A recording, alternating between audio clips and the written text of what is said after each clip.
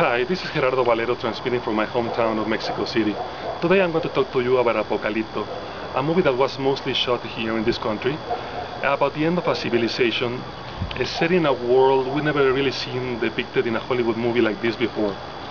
We live in times when every action movie, every chase scene, every bit of dialogue we hear in cinemas starts to sound the same all over again. Apocalypto has some common elements with other movies, but I don't think I've ever seen such a kinetic action film like this before. Certainly not one placed in this kind of setting, and that's why I want to recommend it to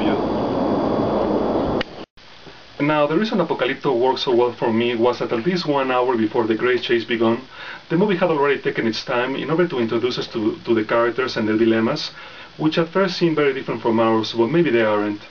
And they like to bust each other's chops, they have trouble with their mother-in-laws, they have concerns about their father's opinions, and what have you. We also identify several traits from the Mayan civilization, which at first seem ancient and far away from us, but maybe aren't so much. There are various social classes, they have privileges, they have a flashy possessions, and a comfortable lifestyle which is fueled by the poor, who work under the worst imaginable conditions possible. There's also the existence of populist leaders who have no qualms about sacrificing a few in order to distract the masses and keep themselves in power, blissfully unaware that the time is almost up.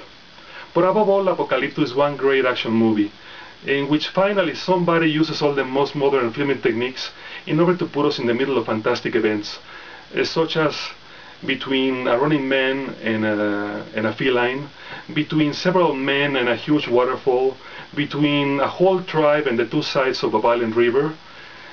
Finally, a movie with no quick cuts, no headache-inducing shaky camera, no grainy film.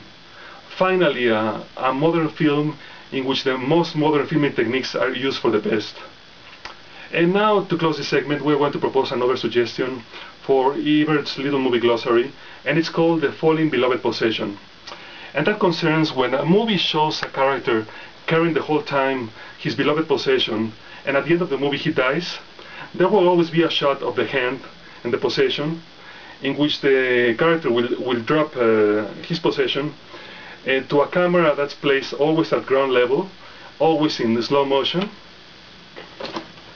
Think, for example, of every Mel Gibson movie, like the wedding band in Braveheart, or the cloth that Jesus Christ carries in the Passion of the Christ, or the knife from the bad guy in Apocalypto, and also other movies like Denzel Washington in Men on Fire, the medal that was given as a gift to him, and obviously Anthony Ego, the famous critic in Ratatouille, and his pen that he drops at the end when he hears shocking news.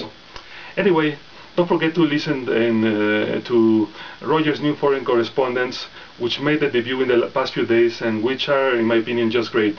Thanks again. Until the next time, El balcón está cerrado.